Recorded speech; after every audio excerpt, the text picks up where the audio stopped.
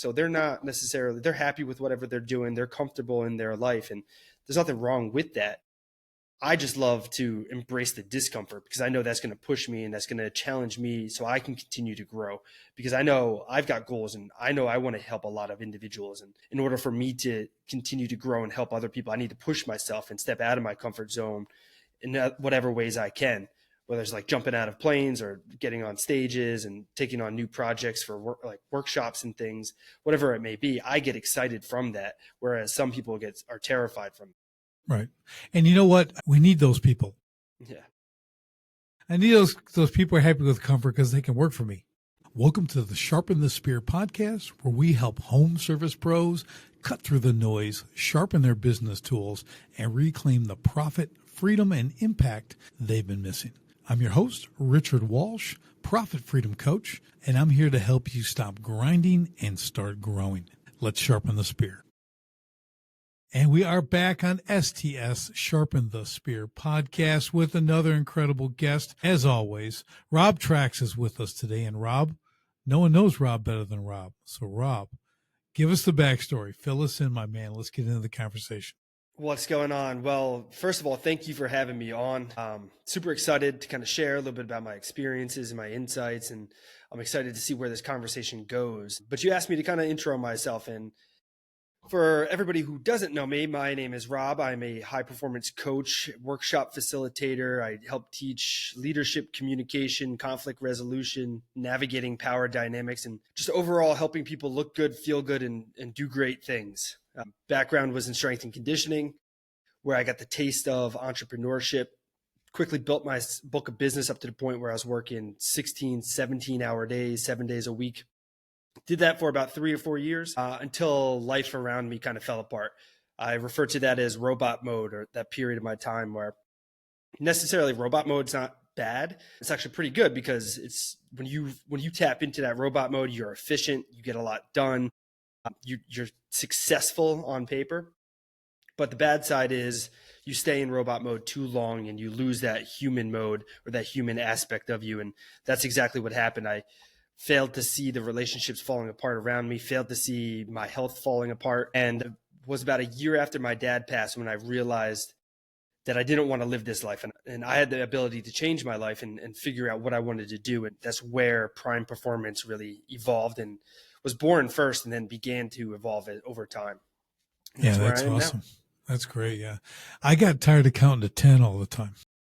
Yeah. So that part of the robot mode was no good for me. I just like, really, again, another, like I spent some time doing the same thing. But I love that you kind of at least had the epiphany and kind of that awareness that kind of brought you out of that, because it does get comfortable, like you're saying, in that mode, because you're knocking things out. The money's good. Maybe it's not great, but it's better than a lot of other alternatives, right? You may have had in the past. Oh, yeah. Well, so the area where I was in the private sector, it was pretty affluent neighborhood. So money was flowing pretty well. And that's where I became so comfortable, because I would trade my free time to please my clients. And I just continued to do that. And then I wore that as like a badge of honor. Like, oh, I'm too busy to hang out with my friends. I'm too busy to go home for the holiday. I'm just going to keep grinding. And, I thought it was cool, but really, I wasn't challenging myself. It was too cushy. Same clients, same problems every day, squat patterns, hinge patterns, back issues, trying to lacrosse athletes, got some football players, same stuff every day. And then it got really, really dark for a little while when my dad got really sick. And after he passed, that distraction, that busy schedule became the distraction for the life that I had been creating around me. And then I realized that my dad had worked about 30, 40 years, same job, same position. And all he ever wanted to do was just get to retirement and just chill out. So then I realized that if I'm not careful, that's exactly what's going to happen to me. I'm going to end up working myself to death. And then I'm going to look back on the limited time that I have left in my life and be like, that's not enough time to do the things that I want to do. There's a lot of things I want to go out and do. And if I don't start doing them now, I'm not going to get to all of them, or even some of them down the road. Yeah, that's the big challenge, and I just, the word retirement to me is just super distasteful. Okay, I don't like it. I'm only about the retire, 4 new tires and keep going down the road, right? It's just something, and since I've been like young, like, I don't know, 10, 12, like you'd hear these things. I'm like, well, why would anyone, and I get it as a young person, you think, well, why would anyone want to retire, right? So I'm figuring I'm just young and done whatever, and I'm full of energy and I can do this forever. But I'll tell you, I'm past all that, right? Hmm. Let's just say way past all that. And now I'm still going, why? What is work, all this hard work, and then just stop and kind of do nothing? Or, oh, I'm going to travel a little bit. I'm going to do this. I'm like, to me, Rob, I'm just not fulfilled with that kind of ending. It seems like an ending to me. I'm just not into endings, Yeah. at least, I don't know, like dig into that a little bit, because I think what you saw too was like, well, what can I do to be successful, to be engaged, right? Interested in what I'm doing, whether that's helping others or whatever, but continue to do it, then look for maybe the next thing or the addition to that so I can keep growing and scaling, right? And becoming better. Yeah. Well, I think too many people look at the idea of retirement as the means to the end of all the work that they have to do or they have to deal with on a day-to-day basis. I have a really good friend of mine who is in a position where he makes a lot of money and he's very comfortable position, but he's trying to support his family, but he hates exactly what he's doing. And he's just counting down the days, and he's like 34. He's counting down to the days until he can retire. I'm like, dude, you got a long time to go, man. And I'm the same way as you. Like, I don't look at retirement as like, I don't see myself ever retiring, whether I'm going to continue podcasting, traveling around, speaking on stages, or even still different clients and workshops and things. I enjoy this stuff. So I don't even like taking vacations necessarily. Girlfriend's always arguing that we need to go to places and chill out and stuff like that. I'm like, I go to a lot of places. I travel, I teach these workshops, and I'm going around, but if I take 3 or 4 days off to just chill, I get bored. And I'm like looking to see what's going on with my clients, looking to see when the next event is. And I couldn't do it. I couldn't be that guy who just retires on the beach. I love margaritas. I love kicking back in the sand, but I can't do that for too long. I'll lose my mind. Hey, it's funny, Rob. It took me years, okay, to be able to take a vacation, meaning wanting to take a vacation. I never wanted to take, I'm like, I don't need a vacation. Like, I'm working, I'm building a business. I'm doing this and it took about, man, took me probably about 10 years. And then I'm at this club downtown Chicago. I'm at the high end club. I'm a member and stuff. And that friend is like, hey man, let's go to Cabo. And I'm like, well, what's that? He goes, well, Cabo San Lucas. We'll go down there. We'll hang out for a week. I got a condo on the beach. I'm like, I don't know, man. He goes, dude, you need to go. Oh, okay. So like I went, and it was unbelievable, right? So you're on the beach, and finally it was like the first time I ever like relaxed. So we're sitting, we're doing our thing. We're sea kayaking, we're golfing, we're doing all the stuff, eating great. And then comes time to check out that morning, got to be out by like 11 or whatever and get to the plane. And I'm sitting there and I'm like, I don't think I'm going back. I'm going to stay here. I'm going to wait. We're going to check it. Let's check out late, so we did that. But it was just that first time when I experienced like, okay, you can do this in small little increments. A 7-day thing was like, that's enough. Right. And then I did sailing. I went sailing for 3 or 4 days. Right. And the Biscayne regatta, whatever, and all this stuff down the floor. I'm like, okay, I can do these little incremental things. I started to appreciate them because they kind of win at a high level, if you will. Right. And you're like, okay, this is cool. I was active during the time. I didn't just sit around on the beach all day getting tan. Never been my thing. I can't do that for more than about 15 minutes.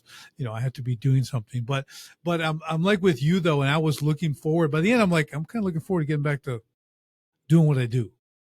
Yeah. So I don't know if that's a different makeup for us entrepreneurs in general. What have you found as you work with these clients in that aspect? Yeah. So as I kind of dig deeper into, I guess, human psychology and communication, I'm finding that there are these main drivers that really act as subconscious motivators for all of us. And some people tend to be a little bit more one or two, and some might be different. But for most of the entrepreneurs that I work with, I can see that they're very achievement driven and also adversity driven. So they really like to challenge themselves, and they like that recognition, that check mark, making sure that they move forward. And when I first got into kind of the private sector for strength and conditioning, nobody told me that I needed to take a day off. I was like, wait, I could just work 7 days a week and just keep making more money. And everyone was like, yeah, you could. So I did that and I kept doing that and I just never stopped. And even when my dad got really sick, I would continue to work in the mornings and then I would drive about 3.5 hours down to Philadelphia to be by his side. And then I would leave in the morning to go back to work and just praying that he wouldn't pass away while I was away. And thankfully, I was by his bedside when he did finally pass. But I only took off that day that he did pass and then the day of his funeral. And then I dove right back into it because now instead of me chasing that financial and that attention, I was now seeking that distraction because then I kept burying myself into it. And until that moment when I realized like, hey, this isn't actually what I want to be doing. I want to be doing helping more people. There's something more to just squat patterns and like tight hips. I know I can be teaching more. I know I can be impacting and connecting with more individuals. And that's what I needed to do. Yeah, I think it's interesting, as trainers, I'll stay in that mode because we kind of both did that. But you eventually kind of learn leverage too. Like, listen, I can work 7 days a week. I can work all these hours every day. I can train 8 people a day at $100 an hour. I can train 150 an hour, whatever. Like, this is really good. Yeah. Right. And there you go. And you get some, but then there usually comes a time when you go, okay, there's a ceiling. Yeah. That only so many hours, right? Only so many clients, whatever. And it's like that point. And if you like, I don't know if you hit that point at the same time that everything with your father's going on, but you kind of, it can come to a head. Eventually you'll have that life, event. Okay. Whatever that might look like in an individual situation where you're topped out in your business. Okay. Like you're literally topped out unless you start hiring trainers, right? Like I can't do any more. Some people get in the business where they're spending everything they make. Okay. We all know those people, right? Yeah. Yep. And not saying I was one, maybe I could have been, but you get to that and all of a sudden you need more money because you spend all your money and you can't make any more money because you're topped out. There's no more hours, no more energy, no more anything. For you, what did you think when you got that flip? So your dad passes, you're kind of coming to this realization, like, what am I doing this? Like, was that a culmination of things? Was the business part kind of, what was your father's passing that catalyst that made you really look at what you're doing and then shift? Or was it like, well, I could, or I couldn't? I mean, was there any other factors? What I'm trying to ask is like that push you into the more of the entrepreneurial space instead of I'm air quoting the trainer space. Yeah. So actually the shifting into like the entrepreneurial space kind of happened before that. I got to the point where I essentially maxed out my calendar, couldn't make any more sessions, couldn't fit any more sessions into my calendar. So that's when I started to bring in some online coaching and then started providing programs and different solutions to people everywhere else and just small little check-ins here and there. And from there, I launched my supplement brand. Started with vanilla protein. I thought that was a great idea because I'm a big vanilla guy. You just like to punish yourself. The supplement industry, like no competition there at all. Okay. Like, holy cow, dude, I applaud you, but that's taking on a beast. Wow. That's awesome. Well, for me at the time, it wasn't even necessarily like, okay, I want this to grow and expand. I was just looking to find a way to increase my value per client. Because if each client is now purchasing protein, multivitamins, all those things from me, that just like doubles up my income per person. And from there, I started that project and still grinding a whole lot. And then I realized like, hey, I could have somebody else working some of my clients, and then I can kind of step away and still make money while they're working with my clients. And that became the new stage. But so I was looking for different streams of income during this process. And because I was trying to figure it out, I'm like, there's got to be more ways for me to level up and continue to make more money. But when my dad had passed and that became the new distraction, it took me a little while. It took about a year for me to pump the brakes. A lot of people were away. So it was the first time where I had like an open schedule on a weekend. So I'm sitting in my apartment alone on like a Friday night and I was frantically trying to fill my weekend schedule, but everybody's away. And I'm like, what the hell is going on? And I took a step back and I was like, what is actually going on? I'm like, this is a Friday night. I'm sitting home by myself. I'm like, I used to go out with my friends, used to go out with like family, good times. And now I'm just like upset that I can't get my Saturday morning filled. And then in that moment, I kind of realized, I'm like, wait, what kind of path am I on here? Because I'm beating my head trying to figure out how to like make more money without this time. And I realized that I needed to shift and get out of the trainer mode and then get into more of a business mode and developing new strategies and new things and new ways to help people. And that's where Prime Performance kind of launched itself. And then I got into like the workshops and the speaking and things like that. It's still a work in progress. I'm still building and growing and learning a lot of different skills and things, but it's a whole lot better not having to grind 15 hours a day every single day, as you might know. Yeah, I think when you come to those realizations and you understand how massive a market is, okay, like people think about the fitness thing. Yeah, it's big, but it's all compartmentalized and there's different gyms and there's all this stuff. But like when you talk about performance training, enhancement, right? Working mindset with people and stuff. And you're not stuck to someone who's looking to get, more fit, trying to rip up. They're like mentally fit, right? They're really trying to, how do I improve my performance? How do I shorten my day, but improve my productivity, right? How am I sharper all the time? Like during the day. Now, part of that can be physical, could be nutritional, right? There's a lot of those aspects of that stuff too, right? But when you see that wow, I could actually help way more people, this way, because I can, again, put people in, and just like me, I can coach business owners. I want to help 10,000 business owners, but I'm not doing that by myself. I have, I have no intention of doing that by myself. I can't live that long. Okay. But the whole idea, like you can set these bigger goals, way bigger than what you were doing. Even you're hitting that 15 hours a day, working all those clients, all of a sudden correct me if I'm wrong, but the larger the goal, like the more energy for me that is created for me to do this stuff, right? You can reach for such bigger things because you all of a sudden realize like, there's a whole new way to do this. I did that for that. That was good. And there's people who are super content with that, and they'll go through for years and years or decades doing that. And, God bless them. But when you're really looking to make a big difference, like I think you are, right, you have to open up those possibilities. It's so true, because when I was in that trainer stage, that's all I was focusing on was like, okay, how do I make a little bit more money? How do I get a little bit bigger here? And how do I improve a little bit there?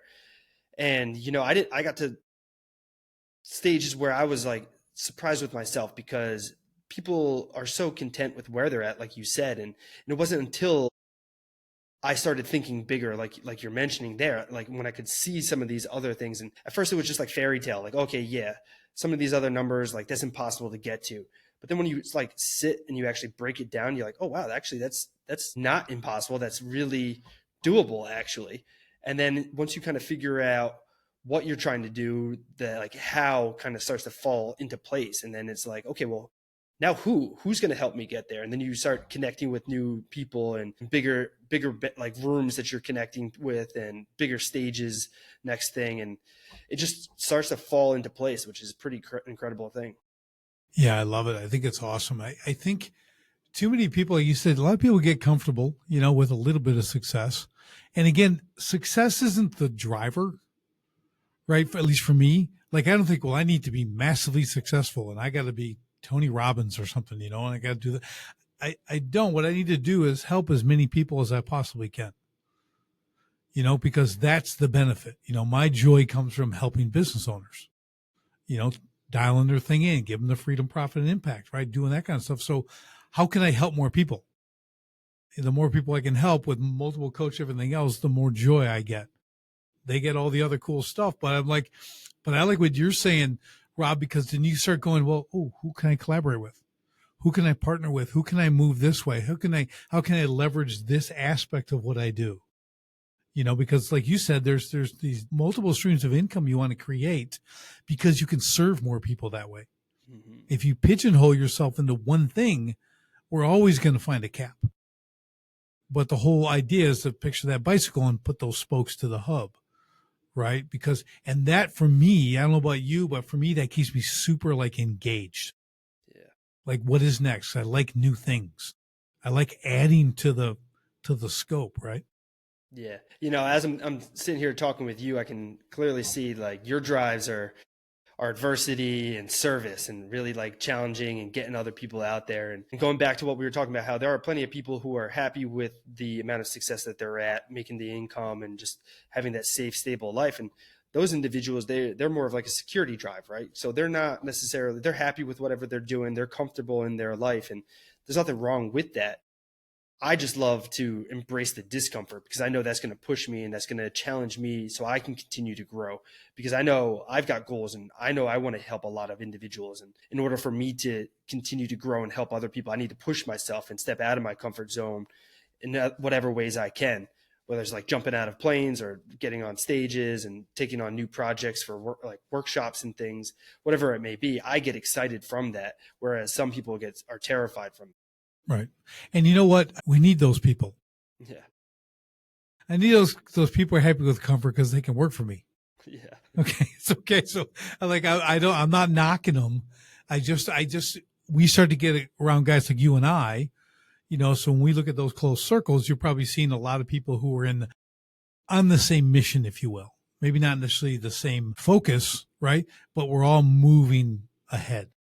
And we want to do that at maybe different paces, but we're really trying to create that. And just like I do podcasting for the same reason, we can feed off of each other. Yeah. We can pick up these things and get this and be inspired to continue to go. Because let's talk for a second about I'm going to call it your ideal client, right? You're doing performance enhancement, everything else. So, and I want to talk about like, what specifically are you looking for with people you want to work with? Because this is really important from a business standpoint, to understand your ICP, the ideal client profile. And we'll get into why later, but kind of give us a breakdown of what you're looking for ideally. Yeah, I mean, I could do the cliche. It's like, oh, I'm looking for men 25 to 31 who went to college, blah, blah, blah. Yeah. But I want the real, what we're really looking for. Yeah, realistically, it's pretty much the younger version of myself, the guys who are driven, who are putting in a lot of work. Maybe they've got a hobby that they're turning into a side hustle, or they've already got it and making some money, but they're doing it on their own, like a solopreneur. But they're struggling to kind of get to that next level because they're stuck and they're really unsure where they need to go. I was in that situation where when I made the shift, I was tons of different coaching programs. One person's telling me Facebook group, another person's telling me you got to post 10 reels a day. I'm all over the place, and nobody really helped me hone in on what works best for me. And that's the kind of role that I want to play. I want to be the mentor, the buddy who kind of comes in and shares the ideas and really helps individuals figure out what it is that they're the best at so that they can kind of lean into those. So if you are one of those Facebook group guys, then yeah, we can dive into that and we can figure out how to build that up. Otherwise, if there's other ways of getting on stage, or maybe you need to toughen up a little bit and build up some more emotional stability because one client or one product doesn't sell very well. So then the whole baby falls out with the whole tub water kind of thing. Like you can't, everybody's got different challenges and different setbacks or limitations, I guess. But it's usually what I see, it's one of 6 different areas, either that like physical or emotional resilience, the lack of energy or motivation, the lack of clarity or inefficient patterns, poor social skills and influence, or even just like the closed-mindedness where you can't find the opportunity, even though we all know there's tons of opportunity around us in every direction. But a lot of people are closed off to it and they don't know how to open their eyes and find that. Yeah, that's a really, really, really good point, Rob, because I do my little workshops, and I got guys come in and give you one of the guys like, I want to be a mobile auto detailer. And he started, he's doing his little thing. And it was just him and I spent 2 hours. Like the only thing I regret right now is I didn't hit record, because I gave the best mobile auto detailing business growth straight like you've ever heard. I could have sold it for a fortune, and he's just note taking and I'm dying. I'm like, I go to the car wash. I get what it is, but we developed everything in 2 hours. It's kind of that thing. Like I love the willingness of people, right? There is a saying I use, you can't motivate the unmotivated. Yeah. Like I don't waste time with the unmotivated people. You're not doing anything with them. So if you're motivated, you don't need to know much, but you're smart enough to go get help and you'll listen and take the notes and go apply it. That's really cool. And he's doing awesome. Like it's really cool when you see someone took it and he's like, God, come. And he just starts doing it. You watch them go from the old model van into a nicer truck to, you see him grow. Right now he's got all the equipment he needs. Now he's doing this. He's got packages. He puts all this stuff together. All of a sudden he left the former clients behind because they were all based on price. Now he's not concerned about price anymore, right? I taught him, like, this is what we do. This is the value you bring. So I love what you're talking about, because these are the things when we're going to help those people, when we understand who we can truly help, we also know who we can't help. Mm-hmm. Okay. And we don't burn up we don't get guilt. We don't burn up time thinking about how can we help them, because that niche, those ideal people you serve, not only going to make great gains with this, but I think the reward is much higher. Oh, yeah. The fulfillment for you, right? Doing this stuff for people. Yeah. When I first got certified as a personal trainer, even before I got my CSCS, as soon as I got it, I was like, great, I'm going to help all my friends. Everybody else is going to get jacked. And like, my friends are like following my programs because they're doing me a favor. And then I'm coaching them because they're for free, because they're my friends, but they're not getting the results because they're not really driven to it. So then I was like spending hours and hours getting so frustrated with these guys, and nobody was putting in the effort. And I realized that they're doing me a favor and I'm doing them a favor. So nobody's actually paying anything, and it's just painful. So then that's when I shifted, and once I got into more sports performance world, I was like, all right, I'm working with these guys who are legit. And then as I got out of that, I'm like, all right, I'm not working with people who aren't really driven. Like, you got to show me that you've actually put in the effort. Like, you got to be hungry and humble enough to know, like, yeah, I do need help, but I'm here to get that help. Yeah. It's just, you want to see effort, right? Yeah. I got to see some effort.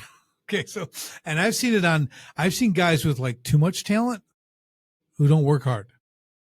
And I've seen guys with a lot less talent who double and triple what the other guy can ever put out, and they win by working harder, and so there's a lot of different dynamics. But again, I think as we approach that, we understand, and this is a great takeaway for anyone in business. Okay. Like, you really need to laser in on these ideal people you want to serve. When I have an exercise I'll do, I say, well, just give me a couple of your absolute favorite clients. And they'll tell you all the things. Well, why? And they'll keep telling them, like, well, what if you could only serve those people? Oh, that'd be awesome. Well, let's get started. Like, here's why you don't. Okay. I'll show you why. And then you change that, right? Just like with my detailing guy. Well, you don't do $99 details. They're not in the package. They don't exist in your company. Okay. That's for the other guy. Okay. It's not me. So he's like, I can do that. I go, you can do whatever you want.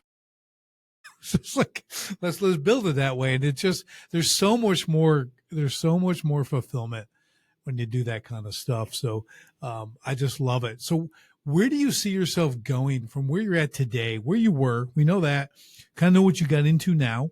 We got an okay understanding of that. Like, what's the future for you? What are you really looking at? Like, what are you thinking? Like, what's the next big thing for Rob? Yeah, the next big thing I think is just kind of continuing to grow and have more workshops, working with a lot of bigger corporate and professional teams too, going in and helping really kind of change the industry and how they communicate. So a couple different avenues here. The podcasting world, the workshops, spreading the word, helping individuals kind of like level up and grow, but then also working with those corporate and big professional teams. Like, for example, a couple of weeks ago, I was working with a $1 billion soccer team. They brought us in and we were talking with their coaching staff, helping them create better buy-in and culture on their team. You got younger kids who are signing bigger contracts, thinking they're hot stuff. And then you got older guys who are kind of just mailing it in. And then how do you bring them all together? So that's really what's motivating me right now, because as I continue to learn a lot about human psychology and influence and power dynamics, this is like exciting stuff for me because it's a whole new world. So I'm learning, I'm excited every day, and new challenges for myself. And that trickles over into my coaching, which then leads into better results for my clients and their businesses and things that they're doing. And the podcast just continues to keep growing. So I'm excited for that every day as well. Yeah, that's good stuff, because I think when you, like you said, when you start to get into influence teams, okay, one-on-one, like, we all get it, right? We've done it. We do it. It's really cool. When you start to affect, like you said, culture on a team. When you bring that, that's the next level dynamic, right? Because it's mindset. It's the way people speak, the way they're treated, how you create the culture. How do you get them all on that one thing, right? The identity of that team and building that kind of stuff is really cool. So I love that you're doing that, because that's a big undertaking, right? And there's some, I mean, correct me if I'm wrong, there's a little bit of pressure there, Rob. Yeah. Okay. You're coming in saying, I'll fix the whole team. Watch this, magic, like that's a big undertaking, man. I'm impressed, man. That's a thing. Yeah. You know what I mean? I've done it on some lower levels, and I've seen changes on inside teams, almost like teams within teams. You got different levels and everything else. You create one can get this kind of, you see the guy who's got that ability to bring everyone together, like take JV and varsity. Mm-hmm. Like you got the JVs like all keyed up, and they're like, so you're like, they're going to be the future. But the varsity's not working. Either the team or the coach or whatever that is, someone's got a better gift. Do you know what I mean? Yeah. And it's like when you see them side by side, it's really obvious, right? It's kind of cool. So yeah, to put the whole thing together is quite an effort. Yeah, and I'm glad that you brought up that pressure, because it's funny. My mentor and buddy, he called me up the day before. I was working with the big sports team, and he's just like, "Yeah, dude, this is pretty big. Don't F this up." And I was like, "All right, thanks, man. Appreciate the words of wisdom." Yeah, but you know what? But you're smart enough to know that means something. Yeah. That wasn't a casual, hey, by the way, don't forget to show up to work. Yeah. You know what I mean? It's like, it's legit. Like, which is for me, Robin, I'm a total outsider here. Just that exchange, to me, how I view that is like, there's a dude who's got confidence in you. Okay. Because that's all he had to say. He didn't sit you down for a conference about how you're going to make this work. And it's like, dude, you got this, but you better have this. Yeah. There better be some focus here. This is easily lost, is what they can say, and that's enough for a guy like you to stay sharp. Right. Yeah. I mean, and again, we know people like that, right? We understand who we're working with. Like I said, whether it's an up and coming business owner, a performance athlete, a high level executive, right, looking to take his whole company to the next level. There's a lot of challenges out there in this arena that I'm air quoting, play in, right?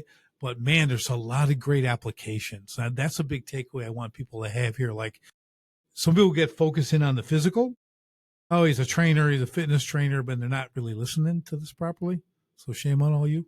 But it's really just, look at the applications of this initial skill you had. Right? Your education, that CSCS, everything else, right? Which is a big deal. You got that, but then you've expanded into the business world. Now that's like a minor for you. All that is like the minor. Your major now is a whole new thing, right? It's really cool. But people need to understand, like, this is where you can go with stuff. You got to start somewhere, but like, look where you can take all this. Yeah, that was perfect how you said that too. Like the background in schooling, my master's degree in exercise science, all that stuff. It's essentially the same things. They teach you, figure out what the problem is, isolate it, and then kind of figure out a plan, and then implementing the plan, and then figuring out how to evolve that and grow that, and then continue to seek new challenges in myself and with others. Yeah, that's where it started, and it's exciting to see where things are kind of going, and down the road, who knows what it'll turn into. Yeah, I think what you said earlier in the show here was that you see opportunity. A lot of people don't. Most people see closed doors. That's all they see. No opportunity, no nothing. There's, whether it's COVID or the Great Depression, or it's like, there's always opportunity, especially in the bad times. There's even more opportunity, right? And once you get your mindset to be looking for that stuff, and then using what you already know, another positive for you, Rob, is you didn't let it keep you in a box, in the exercise science box. I'm a kinesiologist, man. I got to do that. Like, no, man, like it's just another skill. Mm-hmm. And it can be applied in these other ways. And you have to give yourself permission to do that. Yeah. I think too many people don't do that. They feel like, I invested all this time, all this money. I got this degree. I got this thing. I started working with these people, and I've arrived. when they haven't even barely gotten the water. You know what I mean? Yeah. So that's kind of how I see it. Yeah, it's funny because one of my mentors, he used to work with a lot of professional athletes in the strength and conditioning world. And when he kind of shifted gears himself and then started speaking a lot to corporations and such, they kind of came back to him and was like, "Oh, you're just a strength and conditioning coach. What do you know about money and finances and things like that?" He's like, "Yeah, you might see like just the strength and conditioning coach, but when I look out here onto the turf, you know what I see?" He's like, "I see $250 million under management." He's like, "I know how to take care of my assets." And he's like, "Dude, that's actually a great way to look at it." Yeah. Again, see, you're used, and you got these executives that can't see that. Yeah. That's the irony, right? They can't see that. That's what's hilarious. They're running these companies, but they can't flip, right? They can't go look at it with that business eye. I'm like that. I'm not a sports guy. Okay. I look at it from dollars and cents. That if I look at it from a business perspective, I could care less who's wearing what jersey and on what. I know nothing about that. I'm looking at it like, okay, look at all these concussions. They paid $700 million in voluntarily for all the. What's going to happen when they actually get? Is this going to end the sport? Is this business going to be over? I really start thinking. That's what I'm thinking about. Okay, that's a lot of money. This can only support so much. You know what I mean? So I have a whole different. Again, and I'm nobody, right? I'm a guy who boxed. I got my own concussions and placing wires and things in my head. So I kind of get that, but it's like, you really look at it like that. And it's really how you start to see things. You have a different lens you look through as an entrepreneur, you know, which again is different than being just a CEO or an upper level management or something like that in a company. You know, we have, it's such a unique position that I've learned over coaching endless businesses, right? My own 35 years in business, but looking at you, like you're that real life example of the stages that you're going through, and you're young, man. Like there's so much ahead of you. Like people with this mindset, man, where you're going to be in 10 years, 15 years is going to be unbelievable. Well, thank you. I appreciate that. And going back to talking about these opportunities and kind of create, like, it's like I'm going to say, it's not always about finding the opportunities as much as it is about creating the opportunities. So one, you got to have an eye to find them when they do pop up. And if they don't pop up, you got to have the ability to create them. Like when I first was in the personal training world before I got into strength and conditioning, moved into an apartment, and I posted on like the apartment, like community wall or whatever. I asked if there's any personal trainers around. So I got a couple of phone calls of these couple of personal trainers trying to like sell me their packages and stuff. And like probably got 5 people. Out of the 5, one continued to talk to me after I told them that I was a personal trainer. They were like, "Oh, what is this? Blah, blah, blah." But then I was like, whoa. What I want to do is I want to work together. I want to host an event where we can both kind of like, I'll talk something about nutrition. You could talk something about like some stretches or whatever. We'll host it for all the residents. People can come in. And then what's going to either help you get like clients is your ability to sell yourself once we get everybody in the door. But let's work together, and then you can kind of see what happens. And nobody ended up taking me up on the offer. Well, because they took the personal part of personal training too serious. Yeah. It's like, listen, you should know this. If you've been doing this any amount of time, no one person is going to coach everybody. You don't align. Yeah. It's just not this, oh, I train and you need to be trained. Oh, good. Get anybody. They just throw a dart and whoever it lands on, you get. It doesn't work that way. Well, I think they were most upset was they were looking at it as competition. That's like, what I'm saying. You put yourself in a separate bucket. Like there really is no competition. It's just collaboration for yourself to step up to the next level. Yeah, and that's it. They don't get, like, if we combine our talents, we'll get more people. We all have our own little networks, and then the people are going to go with who they're going to go with. Yeah. You know, if you get one of theirs and they get 2 of yours, well, they won. In a sense, but not really, right? You all win because you're getting these new clients and you're getting the alignment of these clients, and you're training those who do they hang out with? Other people probably like them, who then will work with you. So there's a cascade effect of that. And you're right. A lot of people have that fear of competition. Yeah. They don't embrace it. They don't know how to leverage it. See, you leverage the competition. That was your goal. They don't realize that. You did. Because if you can get them here, you talk this, I talk this. And because people can't, no one thinks you're everything. Yeah.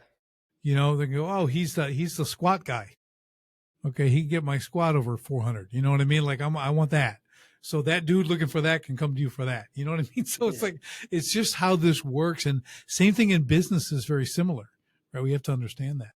Well, how many people have you worked with in business that they just get into a business because it's something that they enjoy doing or they think they can make some money, but then they don't actually have a differentiator between themselves and somebody else? That's why people were afraid to work or to collaborate with me, because they were afraid or they didn't know what their separator was from everybody else. Yeah. Differentiators are, I spent a lot of time on that. We create their entire business around that philosophy. How can you, what if someone moves in next door? You literally had an apartment complex. You could have 3 trainers in the same apartment complex. Okay. Like, well, now what? All you got to compete on is price. Yeah. And we know everybody loses. Yeah. Everybody loses in that race. Okay. So it's like, well, how am I different? Again, you start to be the event organizer, but you have your one thing that you're pitching. You know, for this workshop, I'm the nutrition guy. Yeah. You're this guy, you're the body weight guy, you're whatever, right? So you're exactly right. It's trying to get people's minds to like grasp this concept. Yeah. You know, really, I think that's the hardest part about what we do, you know, from a coaching standpoint. Do you agree? Yeah. It's that, the mindset, it's the awareness, really. It's like paying attention and seeing, because we get caught up in our reality and we can't really see what everybody else can see when we're so focused on one thing. And if you're in the situation where you're just like, I need clients, then you're not going to be open to spending a little extra time or a little bit of extra material here or resources there to do certain events and things like that. Like, I got a good buddy of mine who hosts one of the, if not the best personal development conference in Connecticut. And 2 years ago, he probably ate like $30,000 on the event. And everybody was like, dude, what are you doing? Like, you're wasting all this money, blah, blah, blah, blah. Next year, he came back and got closer to breaking even. And then the year after that, he's now crushing it, making tons of money on the event itself. He lost that 30 grand a few years ago, but he also made a ton of money on his coaching and his like skills. So yeah, he sacrificed on the event, but he made so much more on the coaching. Well, it's the nature of, I'm going to use the big word, investment. Okay. It's not a loss. It's an investment. If you quit after the first year, it's a loss. Yeah. Okay. But he didn't lose anything. Okay. He invested for those first 2 years. Third year it turns around. He could be year 5, 6, 7, 10 now. And he's, 40x that original money. You know what I mean? So it's like, again, you have to have that mindset, that investment mindset. Like you said, either see or create an opportunity, invest in it. Cause you don't just, an opportunity. I made a ton of money. It's like, no, there's an investment process. There's learning, there's skills, and then the expansion, the growth, the awareness, all that kind of stuff. So I think too many people, Rob, don't really have that. They don't have the delayed gratification, the patience to do something like you're doing. They have to understand that the payoff is pretty far down the road. I mean, the big payoff. Yeah. Obviously you can make money and everything else, but a lot of people aren't willing to make that journey. They just don't have the fortitude for it. Yeah. And that's why you see so many businesses that fail, because they can't get out of their own head, and I think with what you do and what I do too, there's a lot going on up here. Okay. I got one buddy's a coach and he does this. He goes, this is where all the work has to be, and he's awesome. And you just get that. He's like, I got to work on your head. You got to get that in, you want to increase performance. It's never just physical.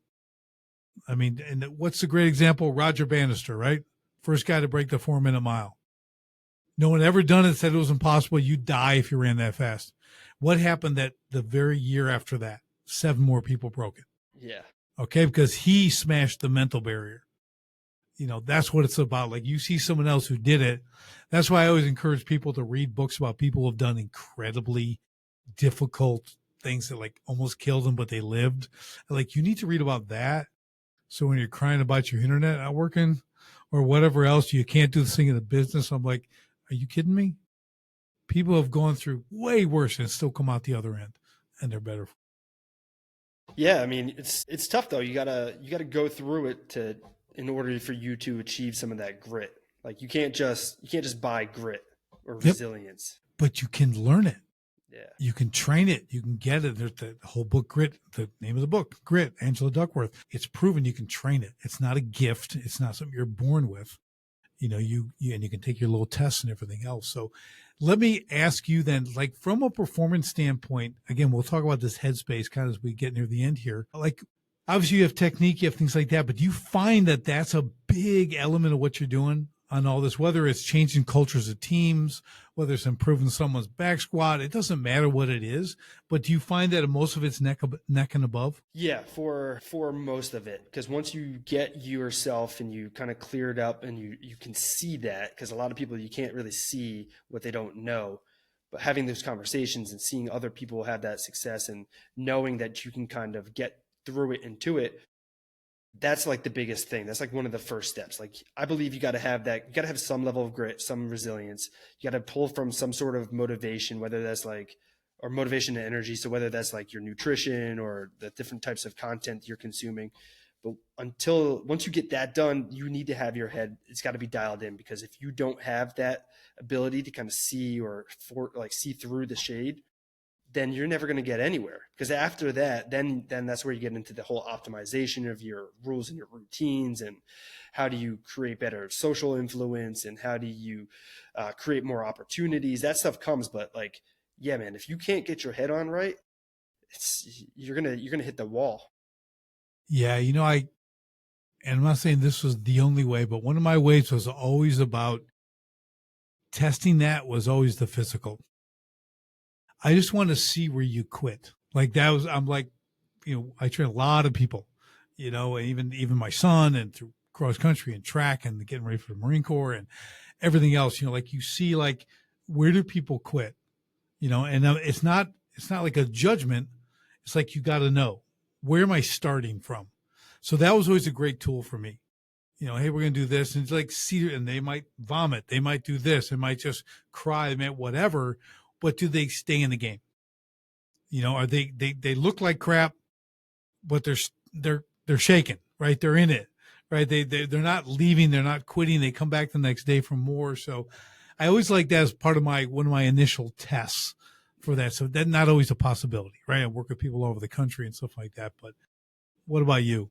Yeah, definitely. So you can't you can't define the bookends or you can't set the boundaries for different like sprint seasons or off seasons for your business and life if you don't know what you can actually handle. Like I was a bad example because I had plenty of grit and drive and I just kept pushing when I was in that robot mode. But I never knew when to flip out of robot mode because I didn't know other things in my life were going to get affected.